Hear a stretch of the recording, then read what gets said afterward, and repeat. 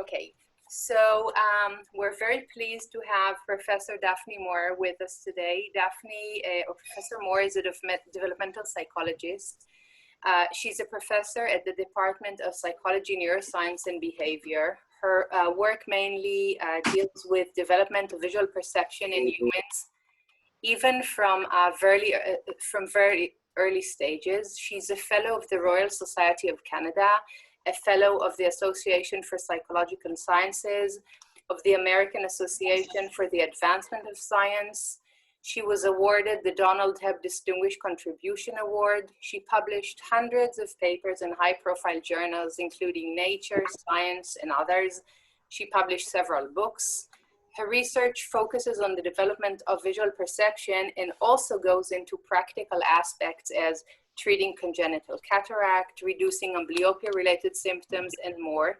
She's also interested in other aspects as synesthesia, ethics, and more. And without further ado, we're very pleased to have you with us from far away. And we're delighted to hear about your research today. Daphne will tell us about how babies learn to see, and welcome. Thank you so much, Sharon, for inviting me in that lovely introduction. And I assume you can see my screen? Yes. Okay.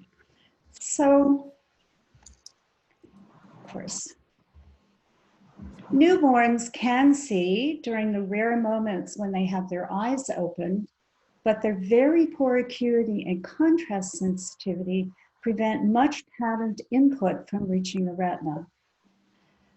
There's rapid development over the first 6 months, but then the full developmental trajectory lasts into adolescence, and for face processing, even beyond adolescence.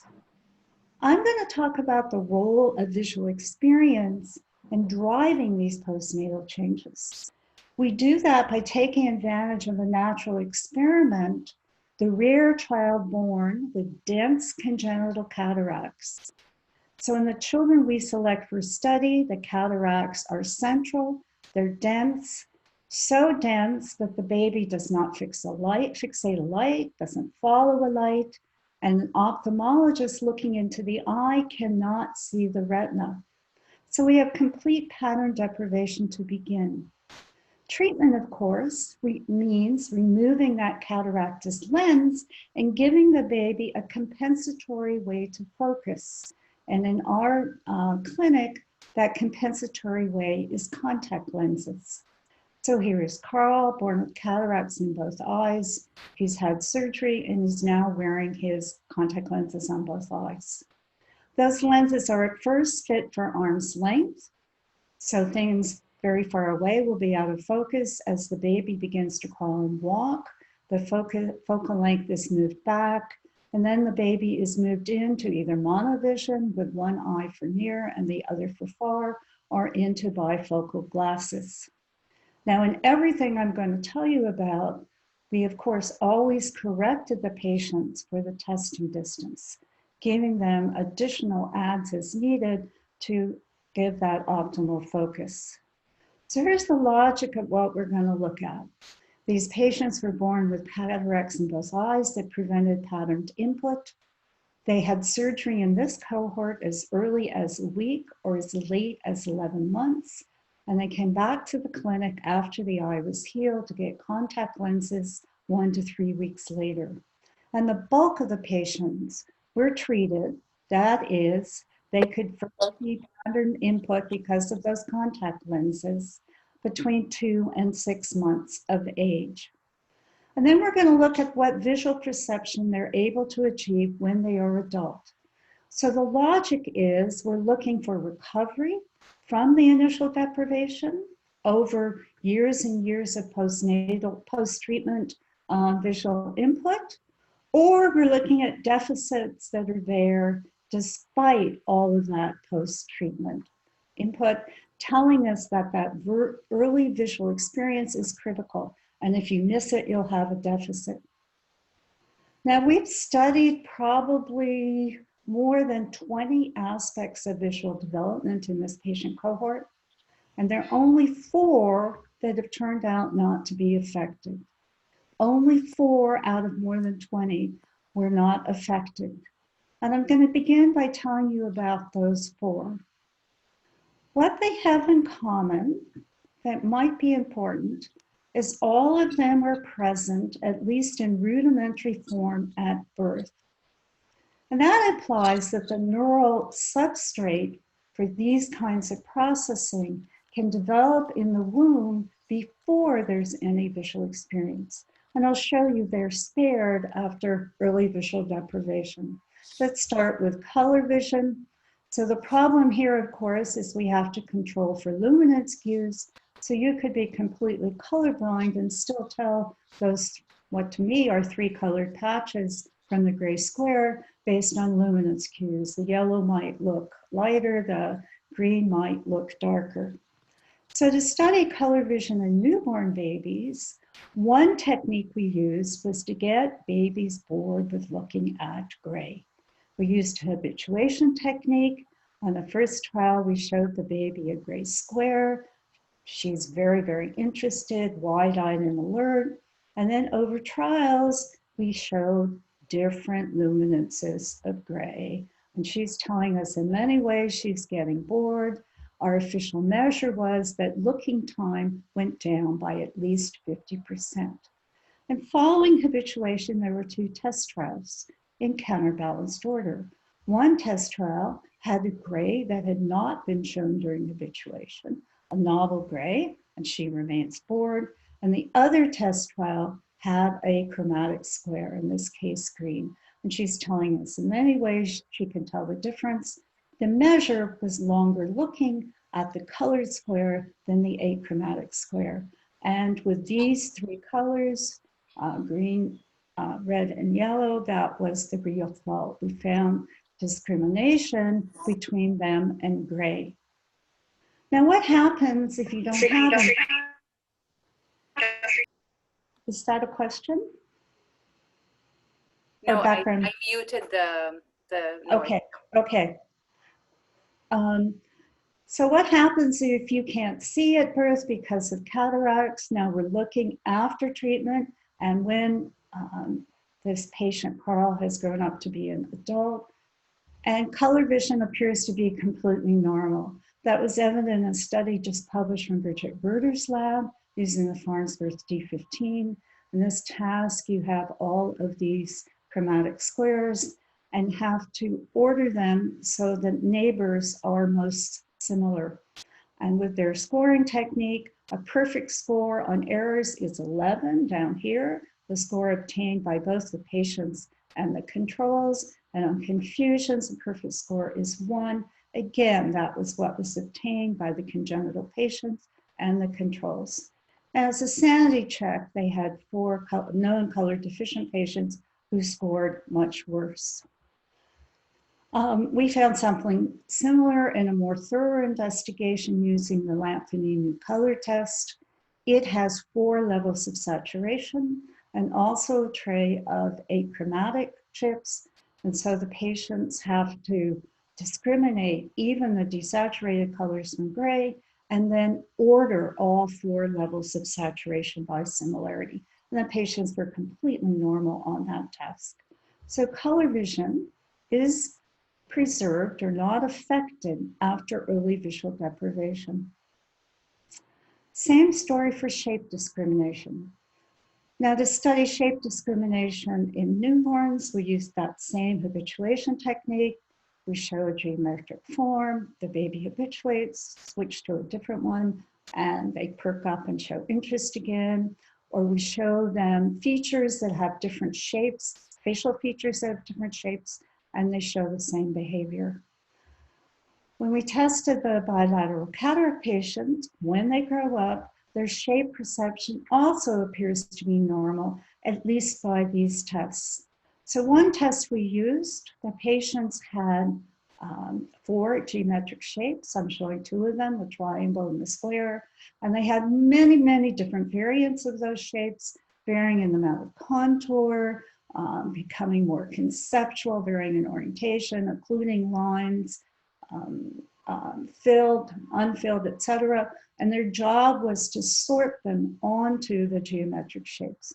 And the patients did that quickly and accurately, just as accurately and quickly as the controls. And in a different kind of test, we measured patients' ability to discriminate between faces that differed only in the eyes and mouth, such as these shown here. There were 120 pairings. They made same different judgments, and they had over 90% accuracy, just like controls. So shape discrimination also seems to be not affected by early deprivation, at least by those tests. We haven't done a threshold test, so there might be small differences, but the basic system seems to be intact. What about biological motion? Biological motion, of course, is tested with point light walkers. We're exclusively sensitive to the patterns of movement of biological organism. And we're going to test that now in the patients. But first, let's go to newborns. Francesca Simeon did a test in newborns. She did something extremely clever. She used walking chickens. Now, the black squares are where the point lights occurred on her stimuli. So here's a walking chicken. One control stimulus was those same point lights, but now with their location and phase displaced. And a second control was the chicken upside down. The feet are up there now. So here's the logic. Here are three frames from a walking chicken, the phase scrambled one, and the inverted one. And what she found, here is the chicken preference from newborns 1 to 4 days old. It's the percent they looked longer at the chicken than random motion, that's this one, or the upside down chicken, that's that one. Chance would be 50%, and both of those preference levels are well above chance, telling us that newborns are indeed sensitive to biological motion, even biological motion of a type they will not have seen in their first few days of life, because they don't have walking chickens around the nurseries in Italy. Okay, so what happens in the bilateral cataract patients? So when they grew up, we tested Bachi Haddad with us, tested something very similar. We had normal biologically moving organisms, people signaled by point lights. We had ones with scrambled phase, and we had ones in which we added noise dots. There were 2 intervals, and they had to tell us which interval had the person.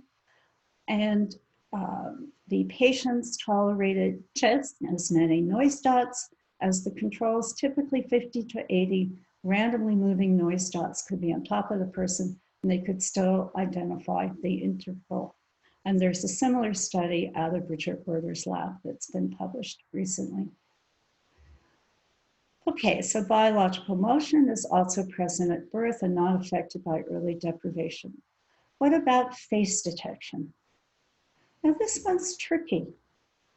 Van Hoften and colleagues have simulated the information from a face available to a newborn because of poor acuity and contrast sensitivity.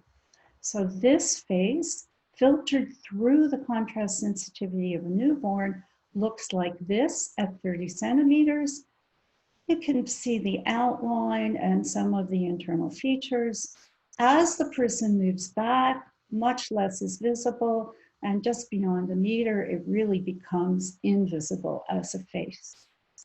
Despite those limitations, babies right at birth do, if you use a very simplified form, show a preference for the one on the left of the one on the right.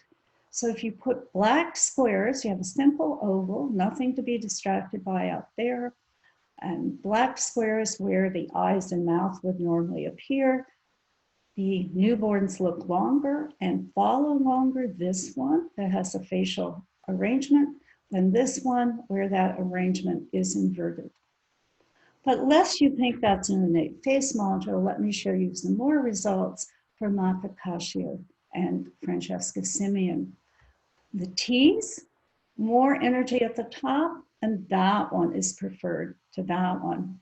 Well, let's do it with facial features. Let's make two stimuli that don't look like a face at all because of the way the features have been misoriented. Babies prefer this one to that one. Okay, let's match the amount of energy at the top, make one face-like and the other one not. No preference at all. Both of these are equally good. So there seem to be some very low-level structural biases. I've illustrated top heaviness that are mediating the initial preference at birth. Nevertheless, I mean, whatever its basis, it has the impact of making babies highly attentive to faces. So they get a lot of input from faces right from birth with which to build a face processing system. So what happens if you're not getting that input because you have bilateral congenital cataracts?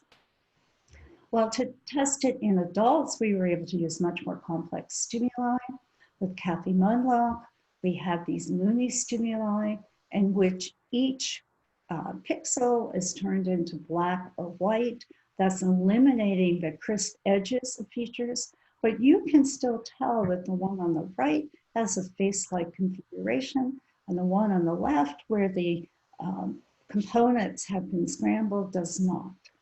So when we did that test with the cataract patients grown up, so they had to tell us on each trial, is it a face or not a face? Their accuracy shown over here on the left, they are in white, the controls are in black, was just as good as controls, and they were just as fast as the controls as well. So that tells us that, like the color shape discrimination in biological motion, face detection is once patients grow up. So it either was never affected or it was able to recover completely post-surgery. So babies come biologically prepared. They have certain ability to process some aspects of vision that get the system going. But I've left something out that's a bit misleading, because when we did the Mooney face task again, this time reporting ERPs, event-related potentials, we discovered the recovery was not quite complete. So here are the grand averages from controls at the top, patients at the bottom, left over here, right hemisphere over here. The Mooney face trace is in black, the scrambled face, the non-face trace is in red. And so there's an initial P100 wave that both in controls and patients does not distinguish between the two stimuli. And then there's a later negative wave called M170 because it occurs about 170 milliseconds after the onset of the stimulus, which is larger for faces and very slightly earlier. And that too is true in both controls and patients. But look at the difference. The waveforms, both the P1 and the N170, are huge. The amplitudes are much larger in the patients than they are in control. And in fact, the amount of amplification, so this is the amplification from the peak of the P100 to the trough of the N170, plotted as a function of the duration of the initial visual deprivation in days. Each dot is from an individual patient. And you see the longer the initial deprivation, the greater the amplification. So the patients are performing normally, but neurally, something different is going on. And we saw this amplification in the P100 for other categories like houses and objects. So they're abnormal neural underpinnings for the normal behavioral performance. Okay, let's move on. Those four aspects of vision have at least normal behavioral performance once the patients grow up. But many things are abnormal. And so these are obviously refined by postnatal input because they never completely normalize after early visual deprivation. So that is true for acuity, for binocular vision, peripheral vision, contrast sensitivity, sensitivity to slow rates of flicker, global form, identifying whose face it is, and the direction of motion. And I'm going to tell you some of the details about acuity and direction of motion, but keep in mind that there are a host of visual abilities that don't develop normally after early visual deprivation. So the logic here, we'll start with acuity. It's a bit different. The early histories are identical to what we've been talking about, but now we have measured acuity longitudinally from the moment the patients could first see. So the moment they could first see could be as early as 2 weeks of life, so we can't use a letter chart. Instead, we use what are called teller acuity cards. In this technique, bold black and white stripes are shown on one side of a gray card. They start with really wide stripes, and in that case, the baby will be turning and glomming on and looking at that side of the card. There's an observer peeking through a hole in the middle who's kept blind to the right answer, who doesn't know if the stripes are to the left or the right, can flip the card over, present them on opposite sides, and then makes a decision about whether or not the baby can see that size. Over trials, the size is gradually reduced until the baby performs randomly. And presumably that is one step just below threshold. That's the point where everything looks gray to the baby because the stripes cannot be resolved. And the measure of acuity is the next step up. The last stripe size where there was a preference. So in babies in normal eyes, once they reach age 7, that's supposed to be a 7-year-old, acuity is up here, better than 1 minute of arc as it is in adult. So the y-axis here is the size of the smallest visible stripes on the retina, going from very wide stripes down here to very small stripes up there. As we look at age, starting here at birth, 0 years, our newborn does respond to stripes, but they have to be about 50 times larger in order for the baby to show a response than they do in a 7-year-old.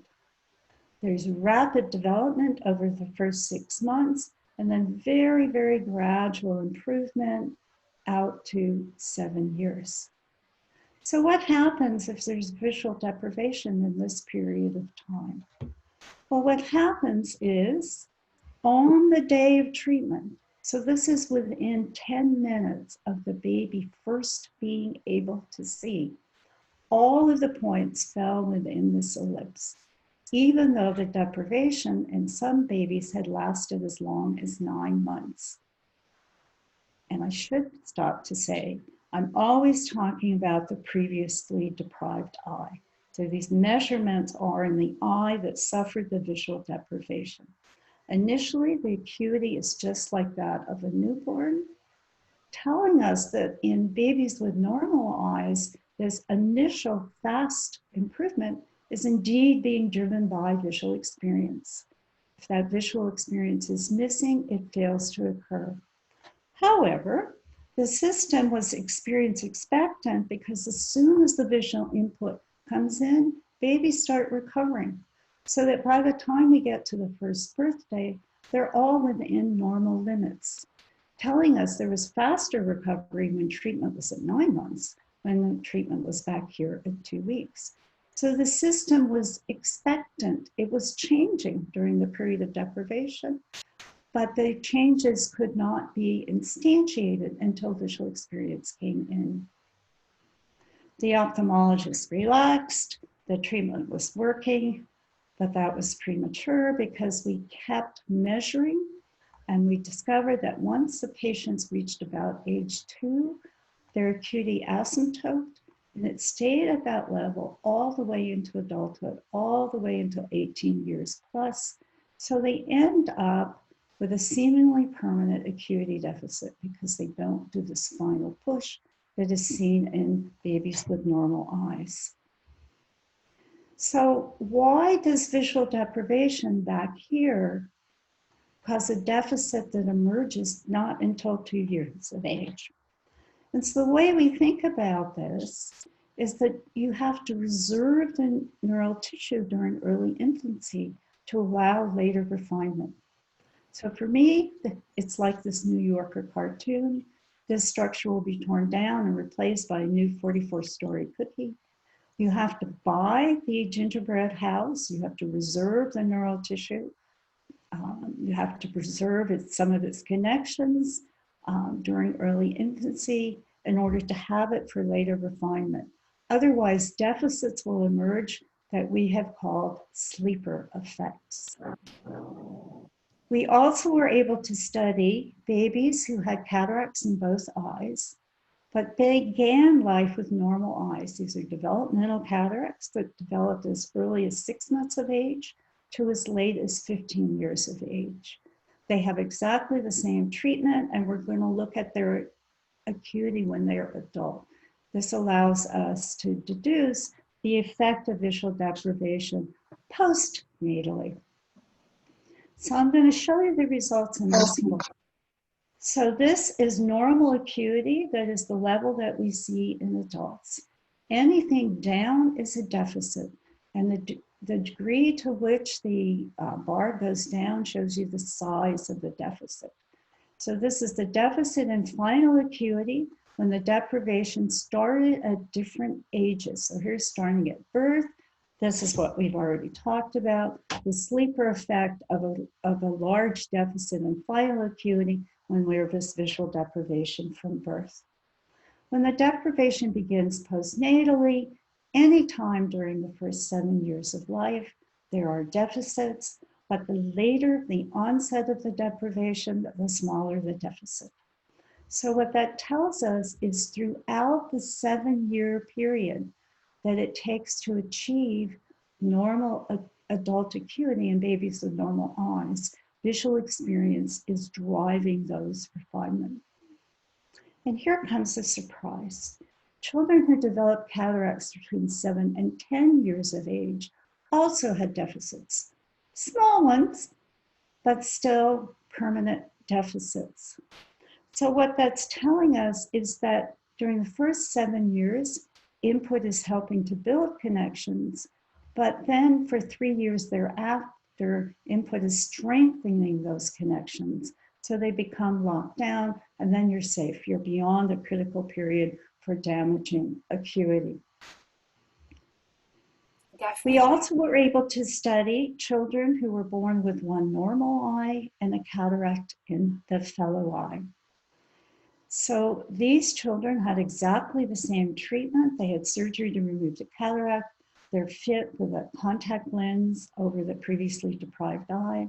And then, importantly, the parents are told to patch the good eye to force usage of the previously deprived eye. So this is Natalia, born with a cataract in her left eye. In her right eye, it's been removed. She's wearing a contact lens over that eye and patching her fellow eye. So, Daphne, is it possible to ask a question? Yes. I just want to ask, when you say, when you talk about the deprivation or the deficit, actually, this is a deficit that is even after best optical correction? Absolutely. Okay. So for the testing, we always gave the best optical correction. So in infants, we're doing it based on refractions and correcting for the testing distance. In adults, we're doing acceptance, the best optimal optical correction. So this is the best I can do despite the best optical correction. Okay, thanks. And when I'm talking about these monocular cases, I'm always talking about the previously deprived eye. Okay? Yes. So I want to start with these data from Eileen Birch. So this is logmar acuity, the size on the retina. That means the scale is inverted from what I showed you before. Big fat stripes are up here and skinny stripes are down here. This is age at test over infancy and early childhood. And so here are the normal values from over those age periods down to a logmar acuity better than 0. Now, if everything is ideal, if the child is treated early and there's aggressive patching, and aggressive patching in this cohort meant 6 to 8 hours a day. That's 90% of the waking time for a newborn. That's 50% of the waking time for a toddler. And these patients were selected for good compliance. They did at least 75% of the prescribed patching. And when you have that optimal treatment in unilateral cases, what happens is exactly what I told you for bilateral cases. Initially, the acuity is very abnormal, up towards the level of a newborn. There's normalization over the first 12 months, and then there's a plateau, so they end up with a permanent acuity deficit. But they're doing just as well as the bilateral patients I already told you about. If treatment is delayed, the plateau starts earlier and the final outcome is not so good. In addition, we know from our sample, if compliance with patching is not so good, the outcome is already bad at 12 months of age. So this is the average acuity at 12 months of age for the bilateral patients I've already told you about. I told you they normalize. Normal values at 12 months are shown right here. The good patchers doing just as well at 12 months, but in this cohort, there were 3 bad patchers patching less than 3 hours a day after treatment, and there's already a huge acuity deficit. And the same is true all the way through. In fact, it's true through to final acuity. So this is final acuity measured by a letter chart. Normal values are now down here at 0. This is a number of hours a day of patching from the time of treatment until 5 years of age. Each circle is an individual patient. And when there was less patching, the final acuity is poor. There is a correlation going that way. Okay, so really no surprises there. The general principle we learned from Hubel and Wiesel is supported. Vision is worse after monocular deprivation unless there was extensive patching of the non-deprived eye. Just to remind you, here are data from kittens from Don Mitchell's lab. So these kittens had 6 weeks of monocular deprivation by lid suture, then a 6-week recovery period. They were given visual input for 7 hours a day. If there was no patching during those 7 hours, their contrast sensitivity comes out normal in the non-deprived eye and very depressed in the deprived eye. If there was 50% time patching, so that's 3.5 hours out of the 7, so it's 50% patching, 50% binocular vision, both eyes come out normal. Okay, so during this, throughout childhood, vision is refined by input and it's perturbed by imbalances between the eyes. Let's look at direction of motion. So we're going to look at sensitivity to global motion, the overall drift of birds, for example, despite many different local motion vectors. And in the lab, of course, we test those random dot kinematograms. So I can give you a bunch of dots. Each one can live for a limited time, but always go in the same direction. So we have 100% coherence. And it's very easy for you to tell they're drifting up. I can make it harder by having 50% of them go in random directions but you should still be able to see the overall drift is up. So that's what we're now going to test in the cataract patients. But first, let's talk about normal development. It's important to know that research from Watt and Bell has established that babies don't perceive global motion, don't perceive direction of motion at all at birth. It's first perceived around 2 to 4 months of age, depending upon the technique they use. So there's a postnatal onset of the ability to see direction of motion. And then sensitivity direction is refined over the next 12 years. So here's what we're doing with the cataract patients. They had visual deprivation early in life, initially during a period when the baby with normal eyes is not at all sensitive to motion. They have treatment. Some of them were treated before 3 months of age, before the onset of sensitivity to motion in normal development.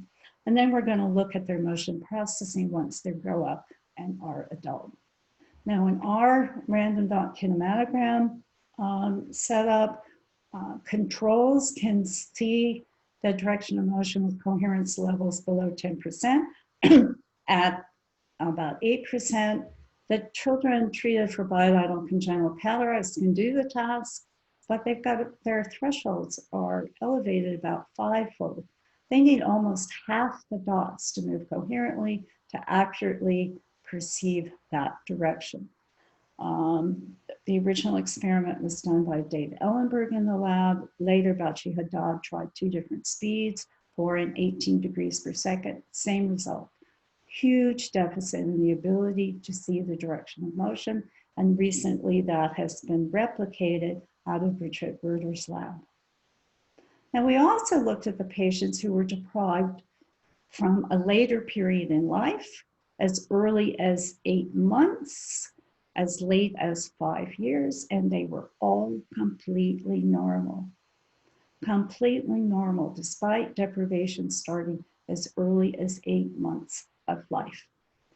These are exactly the same patients I told you a moment ago have abnormal acuity. So they're deprived during a period where the deprivation alters the neural substrate for acuity, but that for the perception of the direction of global motion is preserved. So unlike this cartoon showing the results for acuity, we have to draw something like this. So if these are normal levels, input is definitely required at birth because final sensitivity is depressed when the deprivation was from birth. There's this long developmental trajectory to reach adult levels of sensitivity, but you can take a time out from visual input in between and recover from it completely. Either not be affected by the period of deprivation or recover completely by adulthood. Okay, what happens after monocular deprivation? Remember, these patients have a much worse acuity outcome unless treatment was extremely early and there was aggressive patching. Well, here's what happens on the random dot kinematogram. Here are normals with 8% thresholds. Here are binocular patients with very elevated thresholds. And here's what happens in the deprived eye of the monocular patients. They're not normal. This is a significant difference, but they do far, far better than the bilateral patients. Far, far better. There's been a sparing of global motion in the monocular patients. So this is not a general principle. We saw it applies to acuity and contrast sensitivity in the cat. It does not apply to global motion. So what have I told you? We've looked at acuity and global motion. Both have long developmental trajectories, but very different critical periods for damage. That for acuity lasting a full 10 years, that for global motion being finished before 8 months. The moral, if you know something about normal development, you don't know anything about the critical period for damage. It has to be studied separately. I've also told you a puzzling story about the effects of the comparison of bilateral and unilateral deprivation. So for acuity, the deficits are worse if the deprivation was monocular. For global motion, there are only small deficits after monocular deprivation, much smaller than after bilateral deprivation. So in puzzling about why this might be, we wondered if there might be cross-modal reorganization. So let me tell you why we came up with that hypothesis. There's extensive literature from the congenitally blind showing that areas that should be visual get used to do other things, and they are functional for other things. Here's one of the early studies. So this was a study of the processing braille or making tactile discriminations. It's an fMRI recording. The nose is out here. The visual cortex is back here. So while doing these tactile tasks, here's the person blind from birth, here's the sighted control. Both have a lot of activity up here in somatosensory areas. In the sighted, nothing's going on in the back of the brain and visual areas during tactile processing. But look at this, in the person who's blind, there's huge activity during tactile processing. This shows you the same thing for the processing of sounds. So this is the processing of the direction of auditory motion. It's a slice through the brain. So the nose is here, the visual cortex is back here. The crosshairs are on V1, V2. And you see there's activation, and particularly in extrastriate areas, V3 and V5-ish, when processing auditory motion that was seen in those blind from an early age that was not seen in the sighted. So our hypothesis is that in extrastriate areas that receive binocular, most of which have neurons, most neurons in which are binocular, there's cross-modal reorganization during the period of visual deprivation, like that seen in the congenitally blind, so that those areas are no longer available fully for vision after treatment. And we propose that in the unilateral cases, the input through the good eye that was always there is sufficient to prevent that cross-modal reorganization from occurring. So let's look at the evidence we've accumulated so far for that hypothesis. So we're going to start with bilateral congenital cataract patients. We're looking at their cross-modal processing after they grow up to be adult. We started by doing exactly the same experiment Olivier and Qualion had done before with the congenitally blind patients in the scanner. They're listening to the sound of footsteps moving to the left or right, or the sound of vowels being spoken. Their task was to detect the occasional longer auditory stimulus for the vowels, the voice, or for the sound of the motion. Patients are in black, controls are in white, and the two groups are indistinguishable in accuracy. So the patients were on task, they were alert while we were doing the scanning. And this is what we found. For both auditory stimuli, there was activity in the cataract patients, not seen in the controls, in these two areas on this inflated brain. Sort of, it's right cuneus, left superior occipital gyrus and cuneus, sort of V3-ish. There's activity in response to audition in what should be the visual brain. And here's further detail about what's happening. In these visual areas in controls, shown here in green, there's actually deactivation of visual cortical responding, and just the opposite happens in the patients shown here in orange. So we've seen that there's auditory remapping of the visual cortex after visual deprivation. We haven't done the unilateral cases yet, but we're predicting that less of that will have occurred. So is this rewiring active in the bilateral patients? I'll show you some indirect clues that it may be. So first of all, if they're simply asked to push a button as soon as they detect a light or a sound, this is the correct reaction times, they're much faster. Patients are in black. They're much faster to detect the sound than our controls, and there's no difference in the reaction times for detecting the light. If they're asked to detect the direction of auditory motion, which way are those footsteps going? This is a study out of Bridget Reuter's lab. This is accuracy. If the signal to noise ratio is high, patients in black are just as accurate as controls. But if it's hard, if the signal to noise ratio is low, the patients are more accurate than controls. So there's superior auditory detection at processing the direction of auditory motion. And this very clever experiment, again, out of Bridget Reuter's lab, there's transfer of after effects. So what they did was adapt participants to a looming stimulus.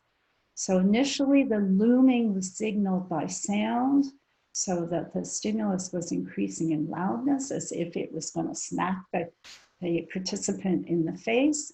And then they tested whether there was visual adaptation by having squares increasing in size. In other words, optical expansion. They used a cancellation technique so they could get a measure of the magnitude of the after effect. And here's what they found. So in the patients, there's a visual after effect following adaptation to audition. And that after effect was seen in more than 75% of the patients. So auditory adaptation is affecting visual processing. Okay, so we have evidence for auditory rewiring of the visual brain in the bilateral patients. We have evidence of differences in auditory processing that suggests that rewiring might be functional. So what can we say about comparing the bilateral and the unilateral patients? This was done when the patients were adults. Okay, I'm going to tell you about either one or two tasks, depending upon the time. So the first one is, we're going to use something called the fission illusion. So this illusion takes advantage of the fact that in the real world, where you're trying to figure out objects and events, when you get auditory and visual input from the same place at the same time, usually it's from the same object or the same event. So that adaptive integration here is being used to trick the subject. So here there's one flash, more or less simultaneous with two beeps, and often the perception is of two flashes. So I have a demo. I have no idea if it's going to work, but we'll try it. So I'm going to give you two stimuli, one on the left, one coming from the left and one coming from the right. And your job is to detect just the number of visual stimuli. Ignore the beeps.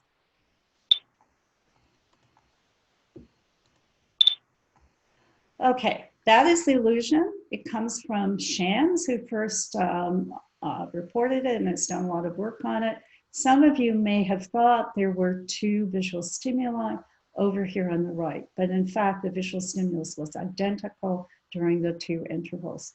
What differed was one beep over here and two beeps over there.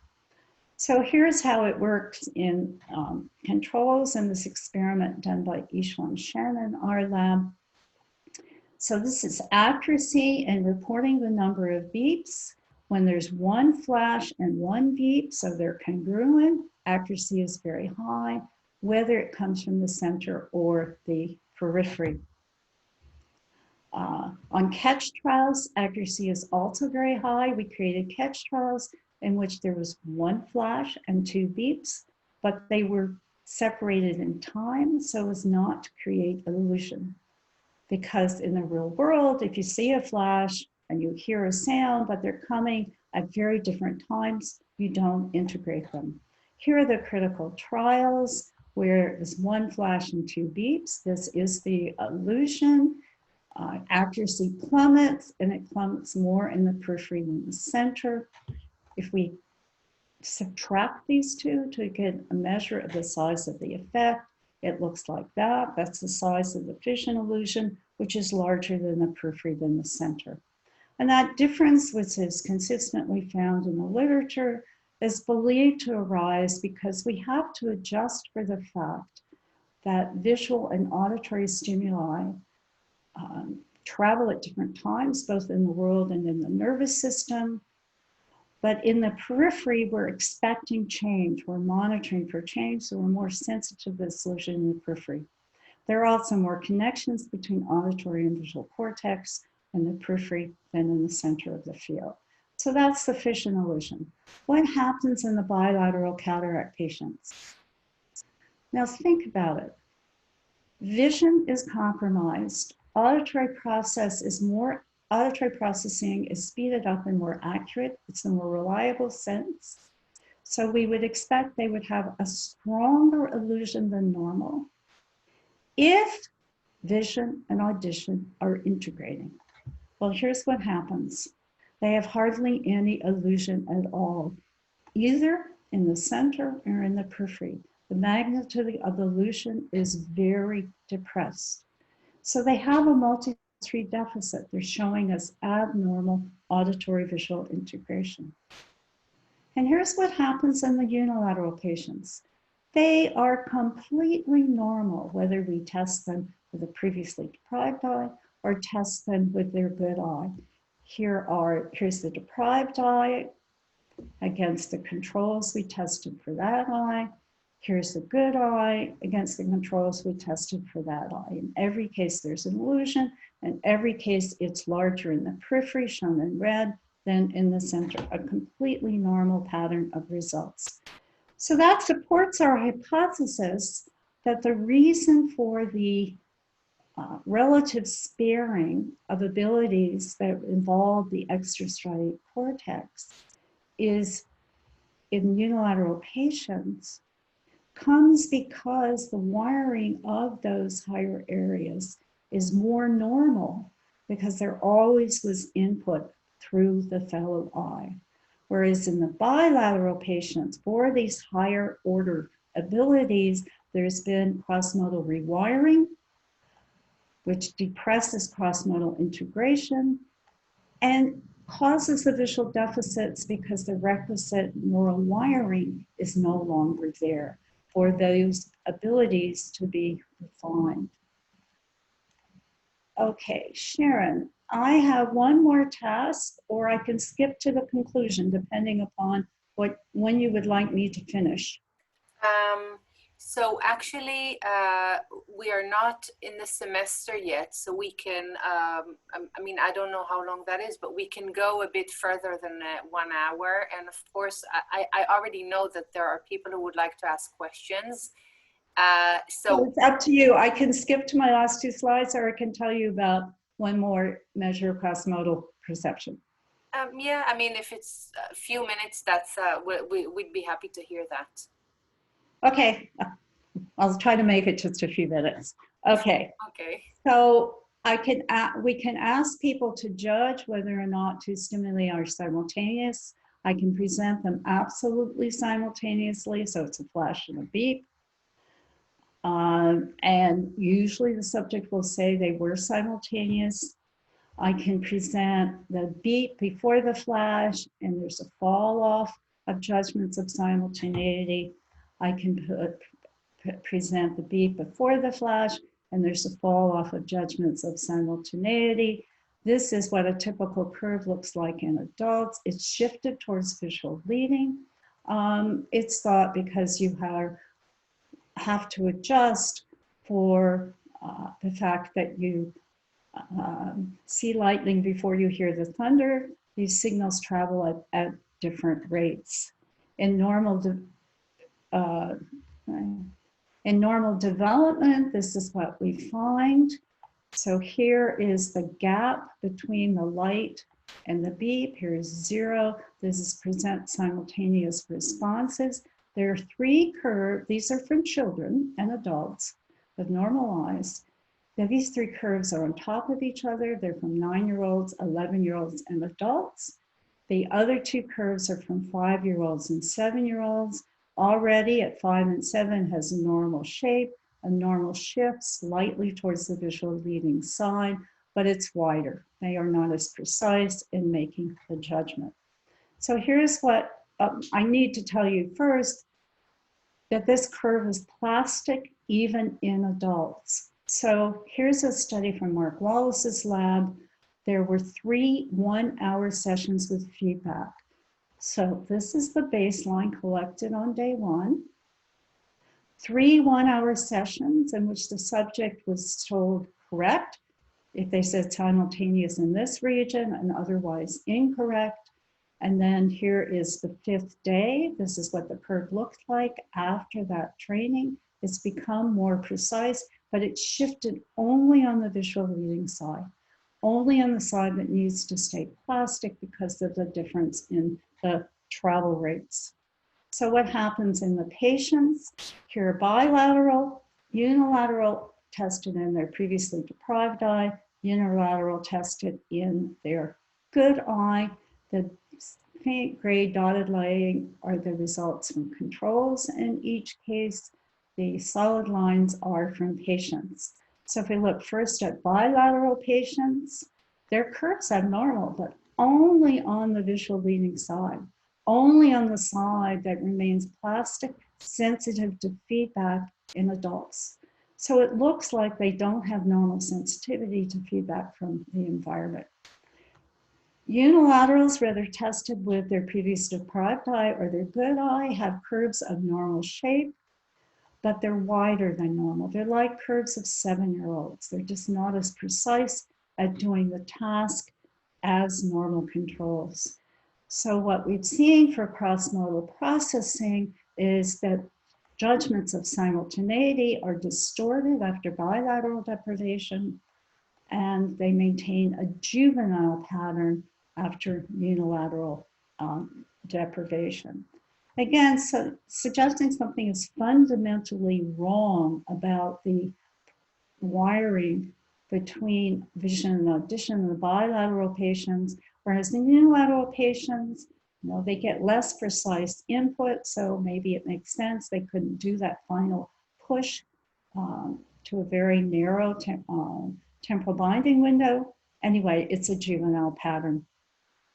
So what I've shown you is that during that early visual input is critical for many aspects of vision that are refined by postnatal input.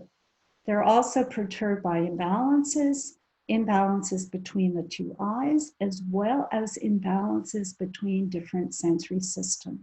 And eventually, if we have normal eyes, we end up with a specialized system.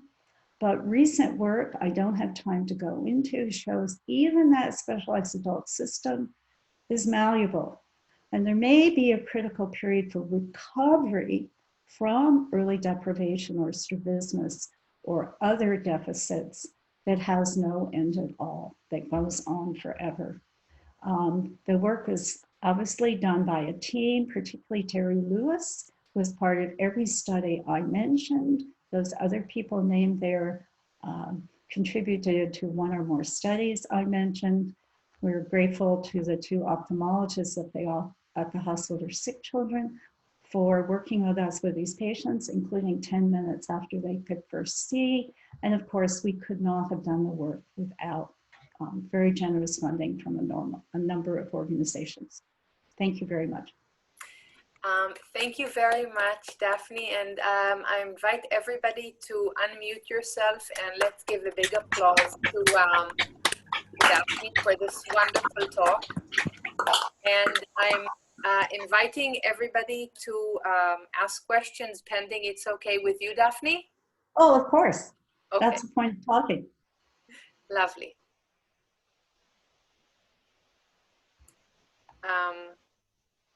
Marlene, yes, yeah, just unmute yourself. Thanks. Daphne, that was really great. A magnus opus, if I've ever seen one. Oh, I have one question that that sort of always bothered me, or I never really got, and that is that if you patch the good eye in these babies, and in fact, the longer you patch, the better the outcome, why isn't the good eye now deprived of input? Like how is it that the good eye can develop normally? So presumably there's enough experience that the good eye, that's enough for the good eye. But if we then know how much experience you really need to have the good eye unpatched, then that would be really informative with respect to what the nature and length of the experience is for development. Absolutely. So we're looking at bilateral deprivation, where presumably it's a process of disuse. But then in the unilateral cases, you also have the unfair competition between the eyes, and then you're creating deprivation for the good eye in order to offset that competition. So we have part of an answer from the kitten work of Donald Mitchell and from Eileen Birch's lab. So in those patients that achieved acuity that was as good as you get after bilateral deprivation, they'd had very early treatment and 6 to 8 hours a day of patching, which was 90% of waking time initially during infancy. They achieved good acuity, but their stereoacuity was worse than those who had less patching. So you're sacrificing binocular vision in order to get a good acuity outcome. So we do know from the work of Don Mitchell, who had a standard period of lit suture monocular deprivation and then tried different amounts of the equivalent of patching. He found you had to go to at least 50% of waking time to get a good outcome. So it's 50% monocular, 50% binocular. That's from the perspective of what you're doing for the previously deprived eye. But for the good eye, that also means that 50% of the time it's getting good input. You could go up to 70% and get exactly the same outcome. 50 to 7% seemed to be the sweet spot. If you went to 100%, you lost vision in the good eye. But I think the answer, as I've just told you, that the answer for when the critical period for damage is depends on what aspect of vision you're looking at. The answer for the optimal amount of patching is also going to depend upon what aspect of vision you're looking at. Thank you.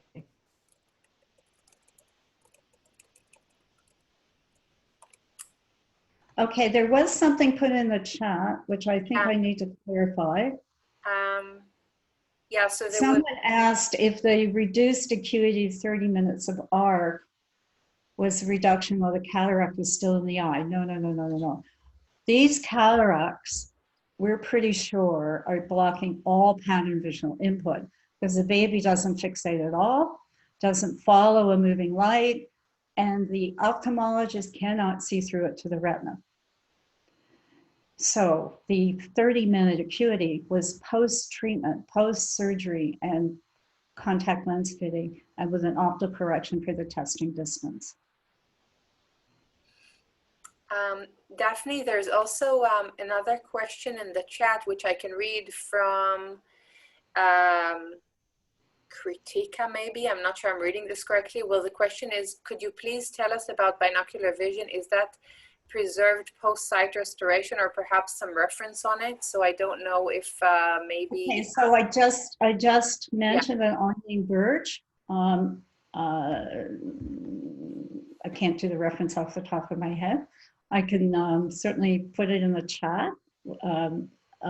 Layer has a very good study on that, showing the effects of early treatment and different amounts of patching. In our patient cohort, where we don't really have very, very early treatment plus aggressive patching, so we don't have the optimal treatment for acuity. Some patients do get some binocular vision. It's very, very, and even stereopsis, but it's very, very gross stereopsis. I mean, it's not really surprising because the deprivation also affects eye movement control. So it's rare for them to come out with straight eyes. So they really haven't had normal binocular input. Unless you start worrying about those crooked eyes and what they're causing to happen to acuity and global motion, et cetera, first let me say that this is true in the animal studies as well. So if you ask people who do monocular deprivation or binocular deprivation by lid suture in animals, they often have abnormal eye movements and the eyes aren't straight after the eyes are reopened. But then if you compare the effects of straight strabismus to deprivation post strabismus, the patterns are different and suggest the final outcome is related to the deprivation and not the secondary strabismus. And when you say that the eyes aren't straight and that they have issues with controlling eye movements, is it the joint eye coordination, or is it that it's mostly in the deprived eye? Or, I mean, do they have normal eye movements? Both. Nystagmus is common in bilateral patients. The eyes are steadier in the unilateral patients. Sometimes in unilateral patients, it's a latent nystagmus, so it's only when they're patched. So, you know, deprivation is, it makes sense. It's affecting the visual cortex. It's going to affect the feed down from visual cortex to eye movement control centers. Okay. But in every experiment, we worry about this. Could these deficits be related to secondary strabismus, secondary nystagmus, et cetera? And we come up with various controls to rule out those explanations, including the fact that we have a few patients with straight eyes and no nystagmus, and we make sure that the phenomena are true in those patients as well. Daphne,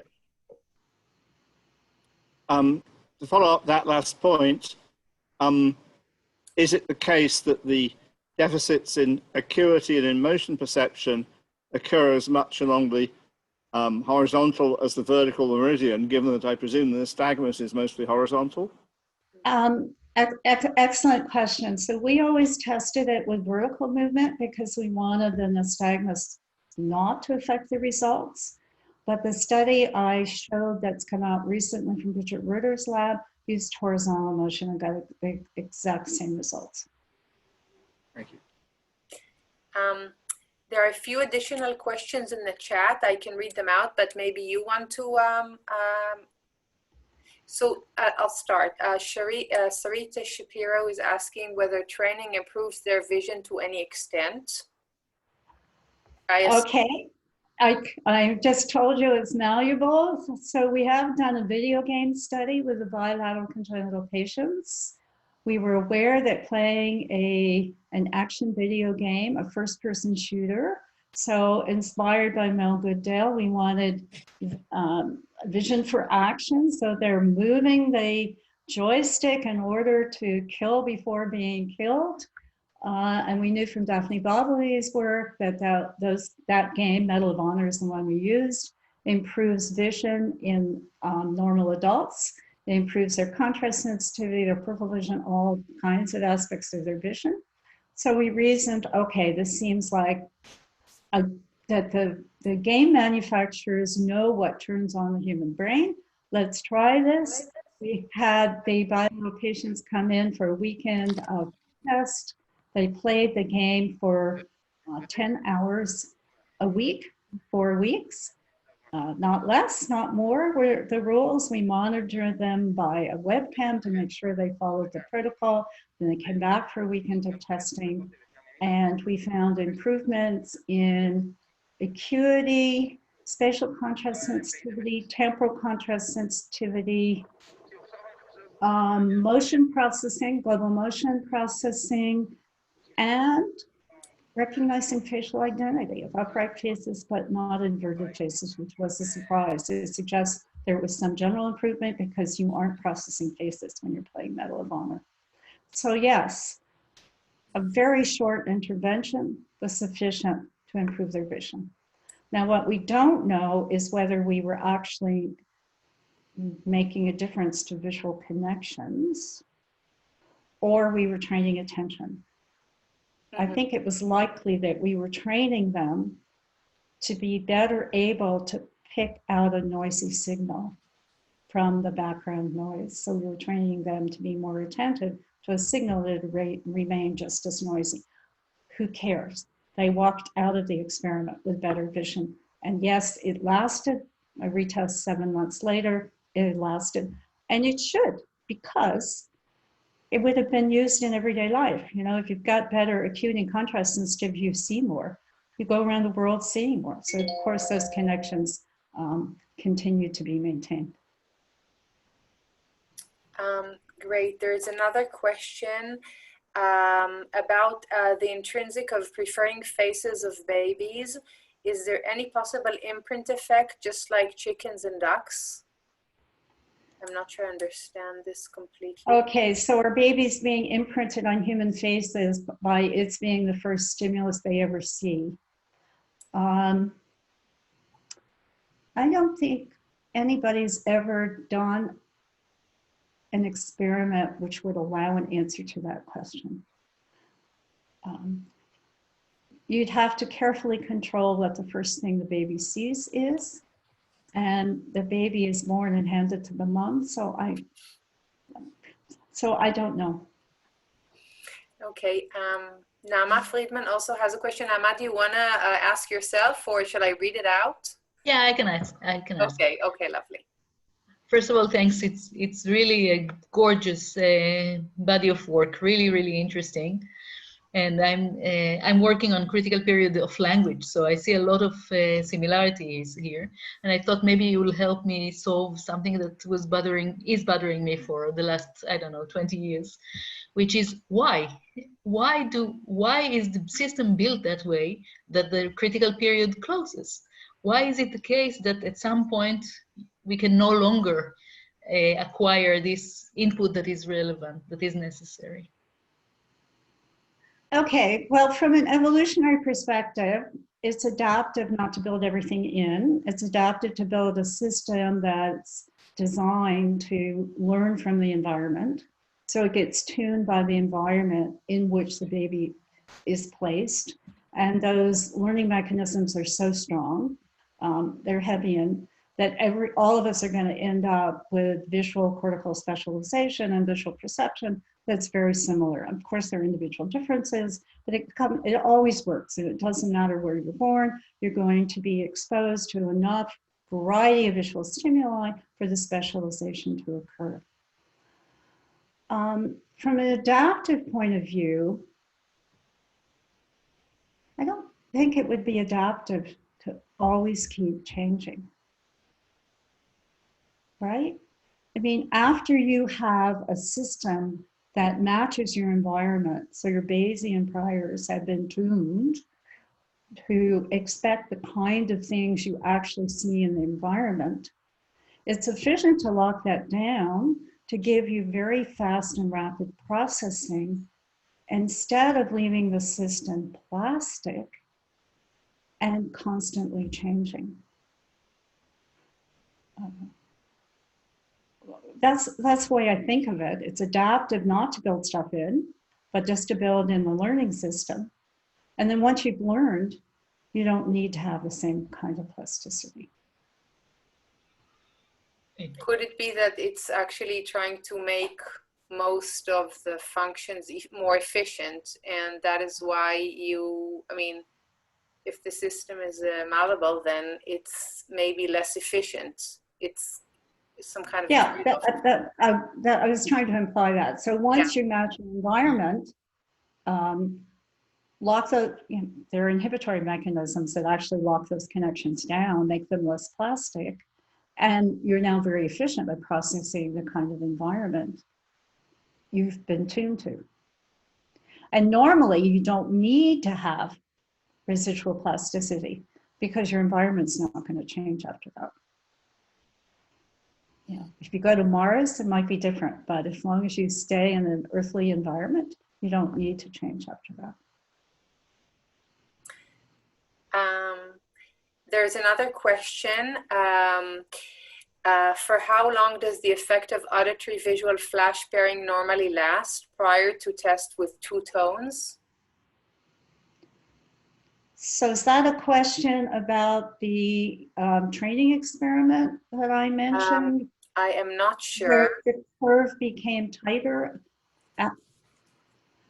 I'm not actually sure. I'm reading from the chat. So okay, so you know, in our experiments, we're doing it on the fly. So we're presenting. So we're not looking for a residual effect. So I think it's probably about the training experiment. So there was a baseline, 3 one-hour training sessions, and a follow-up. And I don't think they, as I recall, they didn't do a long-term follow-up.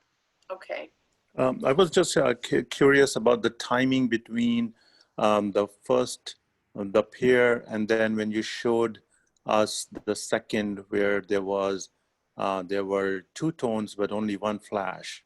And so that was done very quickly after the first one. I was wondering, how long can you wait before you see that additional flash that's not really there, but because of the Oh, tone? you mean what's the timing of the beeps that produces the illusion?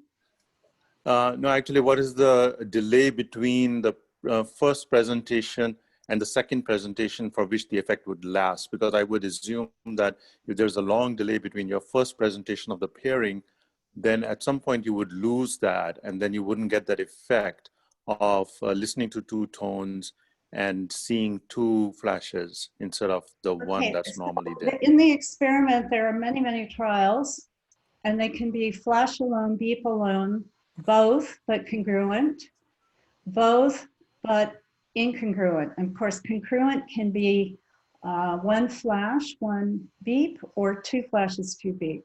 And incongruent can be one flash, two beeps, or two flashes, one beep. So all of those are intermixed, and you're looking on a trial by trial basis for evidence of the illusion. Mm-hmm. But the delay between the two, how long did you vary the delay between the two? We did not vary the delay between the two beeps. I don't remember. It's in a small number of milliseconds between the two beeps, because you're using the rules of the world that the sound and the flash have to originate at the same time. So you can't delay the second beep and still get the illusion. Mm. Okay, thanks. There's another question, the last one that I can see here. Binocular disparity is fundamental at V1, if I'm not mistaken, and monocular cues at higher areas. How then is depth dependent on learning or nurture? I assume it's about depth perception, perhaps, or depth stereopsis, maybe. I'm not sure. Okay, there are many cues to depth. I've told you that stereo is compromised in these patients, which is not surprising given that they've had no or very little normal binocular input. But there are other cues to depth. There is motion parallax, there are pictorial cues. They don't have any trouble seeing depth, so I assume that they're using those other cues, but it hasn't been tested. Okay, now I also have, actually a few questions, but I'll start with the first one. And you've shown that the motion and the visual acuity, as well as additional ones, are based on, it seems like, dissociated mechanisms, that the motion, global motion perception is less affected by deprivation than, let's say, visual acuity. And only if it's binocular. Okay.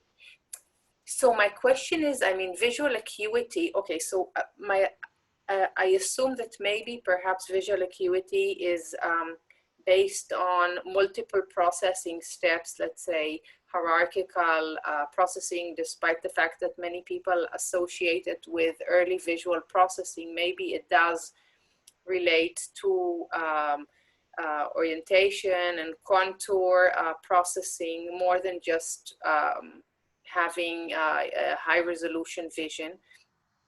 But if you, it seemed like in the beginning they kind of catch up, and then there is some deterioration of the catching up. So this is kind of like counterintuitive to me. I mean, I'm thinking about the mechanisms that are like, there is some catching up, so the system itself is in a way able to catch up on the delays that the deprivation has led to, and then the input is seemingly similar. So do you think that the deprivation has, let's say, caused some long-term consequences in additional, like higher up in the hierarchy areas that then fail to contribute further during later stages? Because it's really weird for me that there is a catching up, but then some sort of delay when actually the input is seemingly already at ceiling or at normative. Yeah. So yeah, it is on its face puzzling. That at H2 they have normal acuity, which means the retina is receiving normal pattern visual input for age 2, but the system cannot use that for further refinement. So I don't know where the additional damage occurred. It does suggest there was damage right in the first few months of life to something that you need to use after age 2. And is that some form of neurochemical process in B1? Is it some kind of feedback? Is it some kind of anatomical change? We don't know. We do know from scanning studies, there are changes throughout the nervous system that you can detect. The cortex is thicker, you know, the cortex has changed everywhere by early visual deprivation. But what specifically is responsible for the sleeper effect in acuity, I don't know. And there's sleeper effects all over the place. There are a lot of things where the patients are as good as children with normal eyes, or I could say they're as bad as children with normal eyes. So lots of things that aren't very well developed in infancy, they're fine. So they're getting the same input as the child with normal eyes, but then they can't do anything with it in order to refine the system. I see. Which I think makes those exceptions I started with at the beginning all the more striking.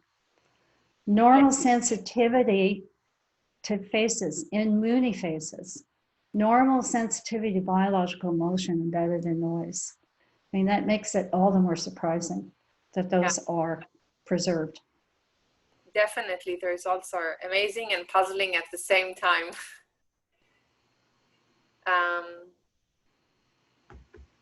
Any more questions? So Daphne, I'd like again to thank you very much for joining us, and a big applause. Oh, thank you so much for inviting me and for organizing this series. I enjoyed the first 2, and I'll probably be here every Tuesday morning at 8 a.m. Lovely. So we are now contemplating, actually during the semester, the schedule is to have it earlier in Israeli time, because, but maybe we will, we were going to reconsider, but in any case, we will try to record all the talks so people can, even if they miss it, they will be able to hear the talks later. We're going to take some break, because here in Israel we have about a month of consecutive holidays. So we will resume our series. I'll post that and I'll email that on October 20th, about 5 weeks from now, with Professor Rafi Malach, who will give a talk in our series. So everybody is most welcome. And yeah, we've got exciting talks throughout the year. So I hope everybody will be able to join us or catch up later on. Well, thank you for organizing it. Please don't move it earlier. Okay. we'll try. And thank you very much for joining us. It was a pleasure hearing about your research. Lovely. Okay, well, thank you everybody for coming. If you want a reference or have a question, just email me. I think that's probably easiest. It's my first name, Daphne, at Maurer, my last name, .ca for Canada, where I'm speaking from. Daphne at Maurer.ca. Lovely. And if people don't miss out on your email, they can email me and I'll forward you the question. That's also an option. Okay. Thank you very much. Thank you. Bye-bye.